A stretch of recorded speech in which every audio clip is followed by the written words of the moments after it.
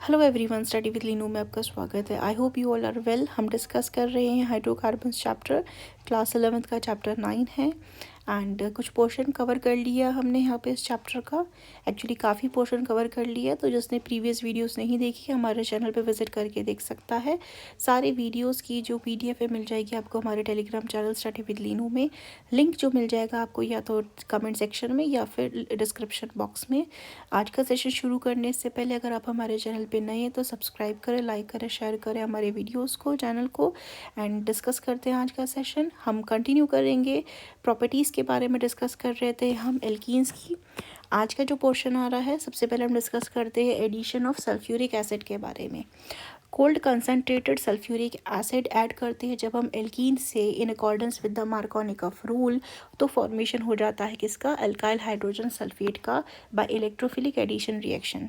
Last class में हमने discuss किया था मार्कोनिकॉफ रूल के बारे में। मार्कोनिकॉफ का रूल अगर आपने नहीं पढ़ा है तो लास्ट क्लास में आप जाके देख सकते हैं, अच्छे से डिस्कस किया गया है। नहीं तो यहाँ पे भी हम एक बार थोड़ा सा मैं आपको आइडिया दे देती हूँ मार्कोनिकॉफ रूल का। इस रूल में आपका जो अनसिमेट्रिकल एल्कीन्स होते हैं और रिएक्शन जब हो रही होती है, इसकी इलेक्ट्रोफिलिक रिएक्शन होती है, एडिशन रिएक्शन, तो जो HBr है यहाँ पे सपोज हमने लिया है, तो जो नेगेटिव पोर्शन हो जाएगा it will be attach to the carbon of the unsymmetrical alkene, doubly bonded carbon atom जो कंटेन करता है आपका lesser number of hydrogen atom. And जो हाइड्रोजन होता है अटैच हो जाएगा तो डबली बॉन्डेड कार्बन एटम जो कंटेन करता है आपका more number of hydrogen atom को उस कार्बन के पास अटैच हो जाएगा बॉन्ड ब्रेक होने के बाद। यहाँ पे हम देखते हैं जैसे कि हमने यहाँ इथीन लिया हुआ है, इथीन का रिएक्शन यहाँ पे हमने दिखाया है सल्फ्यूरिक एसिड के साथ लिया है, that is cold and concentrated. Formation हो जा रहा है यहाँ पे किसका? इथाइल हाइड्रोजन सल्फेट का। इसके बाद फर्दर हम देखते हैं जब अनसिमेट्रिकल एल्कीन हम यहाँ पे लेते हैं और यहाँ पे रिएक्शन करवा रहे हैं तो फॉर्मेशन हो रहा है हमारे पास किसका? यहाँ पे प्रोपाइल हाइड्रोजन सल्फेट का। ये रिएक्शन क्या है हमारे पास? इलेक्ट्रोफिलिक एडिशन रिएक्शन है। नेक्स्ट बात देखते हैं addition of water in presence of few drops of concentrated sulphuric acid. Alkenes जो होते हैं वो रिएक्ट कर जाते हैं वाटर के साथ, अल्कोहल का फॉर्मेशन कर देते हैं मार्कोनिकॉफ रूल के बेसिस पे ही। जैसे कि हम यहाँ पे देख सकते हैं 2 मिथाइल प्रोपीन लिया हुआ है, रिएक्शन करवाइए, रिएक्शन करवाने पे यहाँ पे क्या फॉर्मेशन हो रहा है? 2 मिथाइल प्रोपेनॉल का फॉर्मेशन हो रहा है यहाँ पे। यानी कि जब ये बॉन्ड ब्रेक हो जा रहा है तो ब्रेक होने के बेसिस पे लेसर नंबर के पास कौन अटैच हो जा रहा है? आपका यहाँ पे वो अटैच हो जाएगा, that is the negative portion. Next आता है यहाँ पे ऑक्सीडेशन। ऑक्सीडेशन की अगर यहाँ पे बात करते हैं तो एल्कीन्स जब रिएक्शन होता है cold dilute aqueous solution of potassium पर मैग्नेट के साथ, जो बियर्स रिएजेंट भी है, प्रोड्यूस करते हैं विसिनल ग्लाइकोल्स को। डीकलराइजेशन ऑफ KMnO4 सॉल्यूशन जो होता है यूज़ करते हैं हम इसको किसके लिए? Test for the unsaturation. Unsaturation means presence of double bond या फिर होता है ट्रिपल बॉन्ड के टेस्ट के लिए। यहाँ पे CH2 यानी कि इथीन का रिएक्शन करवा रही है H2O के साथ इन presence of dilute KMnO4 and 273 kelvin temperature. Formation हो रहा है ग्लाइकॉल का, that is ethene 1,2 diol. Second reaction में हम देख सकते हैं यहाँ पे फॉर्मेशन हो रहा है प्रोपीन का। जब रिएक्शन करवाते हैं या ऑक्सीडेशन करवा रहे हैं तो फॉर्मेशन हो रहा है प्रोपीन 1,2 डायोल का। एसिडिक पोटेशियम परमैग्नेट या फिर एसिडिक पोटेशियम डाइक्रोमेट जो होती है वो ऑक्सीडाइज कर जाता है एल्कीन्स को कीटोन्स में और एसिड्स को, depending upon nature of alkene और एक्सपेरिमेंटल कंडीशंस के। जब हम लेते हैं 2 मिथाइल प्रोपीन को यहाँ पे KMnO4 से रिएक्शन करवा रहे हैं तो फॉर्मेशन हो रहा है प्रोपेन 2 ओन का।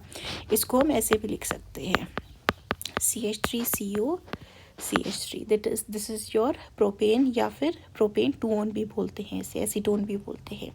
इसके साथ CO2 H2O का फॉर्मेशन हो रहा है।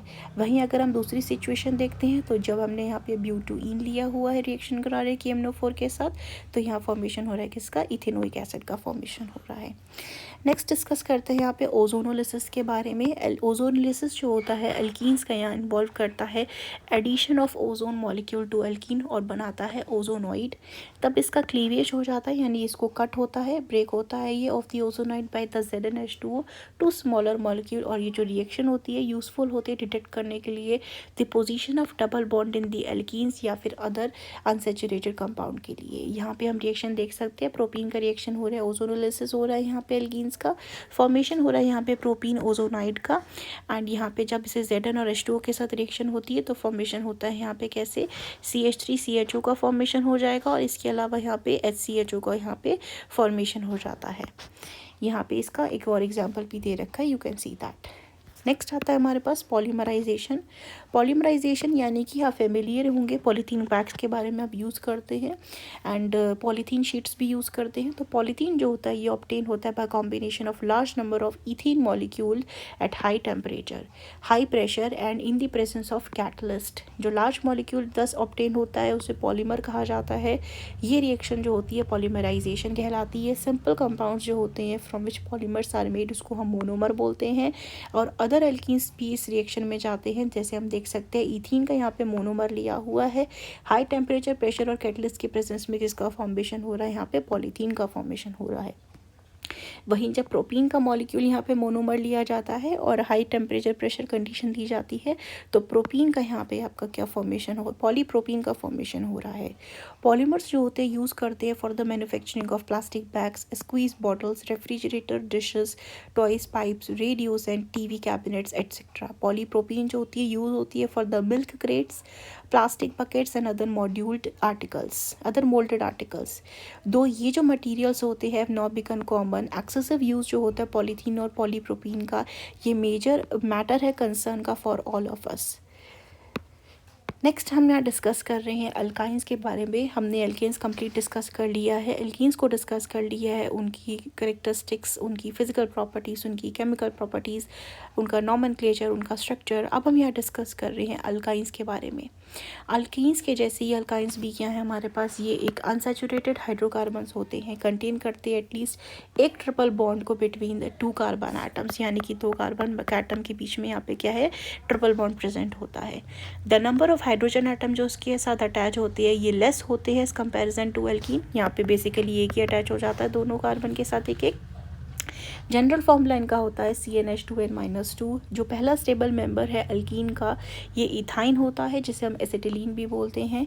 एसिटिलीन यूज़ होता है आपका वेल्डिंग पर्पस के लिए, जो वेल्ड होती है ना उसके लिए यूज़ होती है gas, that is acetylene gas.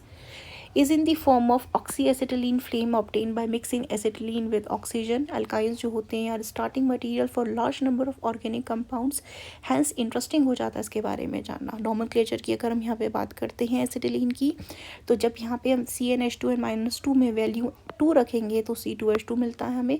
ये इसका स्ट्रक्चर हो गया। It is common name is acetylene and ethyne is the IUPAC name. इसके बाद हम CN जब H2n में यहाँ पे 3 रखते हैं तो यहाँ पे हमको मिल जाता है C3H4, दैट इज़ नेम हो जाएगा इसका मिथाइल एसिटिलीन एंड इसका IUPAC नेम हो जाएगा प्रोपाइन। ठीक है, इसके यहाँ पे क्या लगता है, सफिक्स आइन लगता है। हम ये ऑलरेडी जान चुके हैं इथाइन और प्रोपाइन के बारे में। Got only one structure but there are two possible structures for butyne. Butyne का हो जाता है कि हमारे पास ब्यूट 1 आइन, दूसरा हो जाता है ब्यूट 2 आइन। सिंस ये जो दो कंपाउंड है डिफर करते हैं इनके स्ट्रक्चर में, इनकी पोजीशन में, देयरफॉर ये क्या कहलाते हैं, हमारे पोजीशन आइसोमर्स कहलाते हैं। इन हाउ मेनी वेज आप कंस्ट्रक्ट कर सकते हैं structure of the next homologous, you can discuss आप कर सकते हैं यहाँ पे एक बार जानने के बाद। नेक्स्ट यहाँ पे हम इसके बारे में जानते हैं एंड दैट इज़ अरेंज करते हैं यहाँ पे स्ट्रक्चर्स के बारे में। यहाँ पे जान पाते हैं कुछ फॉलोइंग पॉसिबल आइसोमर्स हमें मिल रहे हैं यहाँ C5H8 के। जैसे कि सबसे पहले हम देख सकते हैं यहाँ पे हमारे पास पहली पोजीशन में क्या प्रेजेंट है, ट्रिपल बॉन्ड प्रेजेंट है, और आप नेमिंग वहीं से शुरू करते हैं जहाँ से आपका क्या है, जो ये बॉन्ड्स होते हैं ट्रिपल बॉन्ड या डबल बॉन्ड अगर प्रेजेंट हो तो वहाँ पे इनको कम नंबर दिया जाता है। तो यहाँ पे शुरू करेंगे 1 ट्रिपल बॉन्ड के वहाँ से, दैट इज़ हमारे पास टोटल यहाँ पे कार्बन कितने हैं, 5 है, और यहाँ पे पहली पोजीशन पे आपका ट्रिपल बॉन्ड अटैच है तो that will be name pent 1 yne. Second का अगर हम यहाँ डिस्कस करते हैं तो यहाँ पे डबल बॉन्ड कहाँ अटैच है, अगर इधर से काउंट करते हैं तो सेकंड पोजीशन में, इधर से काउंट करेंगे तो 1 2 3, तो हम सेकंड कम नंबर पे जाते हैं, लोअर नंबर पे जाते हैं, तो यहाँ से लेफ्ट से काउंट करेंगे, इट विल बी पेंट 2 आइन हो जाएगा इसका नाम। एंड अगर नेक्स्ट हम यहाँ पे देखते हैं तो हमारे पास क्या आ रहा है, जो डबल बॉन्ड अटैच आ रहा है ये अटैच आ रहा है इधर पे फर्स्ट पोजीशन में, और यहाँ पे इधर काउंट करते जाते हैं तो थर्ड पोजीशन में मिथाइल ग्रुप अटैच हो जाता है, तो इसका नाम हो जाएगा 3 मिथाइल ब्यूट। टोटल 4 कार्बन है, 1 आइन। स्ट्रक्चर 1 और स्ट्रक्चर 2 जो है ये पोजीशन आइसोमर्स हैं। वहीं अगर मैं बात करूँ स्ट्रक्चर 1 और 3 की और स्ट्रक्चर 2 और 3 की तो ये हो जाते हैं चेन आइसोमर। अब अगर मैं डिस्कस करती हूँ यहाँ पे स्ट्रक्चर के बारे में, ट्रिपल बॉन्ड के बारे में इथाइन के, तो इथाइन एक सिंपल आपका मॉलिक्यूल होता है अल्काइन सीरीज़ का। जो स्ट्रक्चर होता है इथाइन का इसे दिया गया यहाँ पे हम देख सकते हैं। यहाँ पे हर एक कार्बन एटम जो है इथाइन का वो क्या है, sp है, हाइब्रिडाइज्ड है। ये कार्बन दोनों के sp हाइब्रिडाइज्ड है। कार्बन कार्बन के बीच में यहाँ पे क्या प्रेजेंट है, सिग्मा बॉन्ड है। सिग्मा बॉन्ड किससे प्रेजेंट है यहाँ पे, हेड ऑन ओवरलैपिंग से। ये हेड ऑन ओवरलैपिंग होती है, ये क्या बना रहे हैं आपका, सिग्मा बॉन्ड का फॉर्मेशन कर रहे हैं यहाँ पे दोनों। The remaining sp hybridize orbital जो होता है हर एक कार्बन एटम का, ये अंडर को जाता है ओवरलैपिंग में along the internuclear axis with the 1s orbital of किसके, हाइड्रोजन के। हाइड्रोजन के 1s के साथ यहाँ पे बॉन्ड फॉर्मेशन होता है, ठीक है। एंड 2 हाइड्रोजन फॉर्म होते हैं यहाँ पे CH के बीच में, एक ये CH का, एक ये CH का। तो जो बॉन्ड एंगल होता है यहाँ पे ये कितना होता है हमारे पास, 180 डिग्री होता है। हर एक कार्बन एटम के पास 2 अनहाइब्रिडाइज्ड p ऑर्बिटल्स भी यहाँ पे प्रेजेंट होते हैं, जो परपेंडिकुलर होते हैं किसके, एक दूसरे से, और as well as to the plane of the sigma bond. जैसे हम यहाँ पे ये देख सकते हैं, ये अनहाइब्रिडाइज्ड है हमारे पास 2 पाई बॉन्ड्स यहाँ पे, p ऑर्बिटल्स यहाँ पे जैसे हम देख सकते हैं। तो ये क्या करते हैं, साइड वाइज यहाँ पे ओवरलैपिंग करते हैं, ये दोनों के दोनों साइड वाइज ओवरलैपिंग का फॉर्मेशन होता है यहाँ से, जिसके वजह से यहाँ पे मल्टीपल बॉन्ड का फॉर्मेशन हो जाता है। दस इथाइन मॉलिक्यूल्स जो होते हैं ये कंसिस्ट करते हैं C single bond C sigma bond और 2 CH सिग्मा बॉन्ड एंड एक 2 CC आपका के फॉर्मेशन हो रहा है यहाँ पे पाई बॉन्ड का, ठीक हो गया। जो स्ट्रेंथ होती है C ट्रिपल बॉन्ड C की, जो इंथैल्पी होती है is more than that of the C double bond C and then C single bond C। तो जो C ट्रिपल बॉन्ड C होता है इसका बॉन्ड लेंथ छोटा हो जाएगा, and then C double bond C और देन C सिंगल बॉन्ड C, जैसे यहाँ पे सबकी वैल्यू भी दी गई है। इलेक्ट्रॉन क्लाउड बिटवीन जो 2 कार्बन एटम होता है ये सिलेंड्रिकल होता है, सिमेट्री होती है अबाउट इंटरन्यूक्लियर एक्सिस।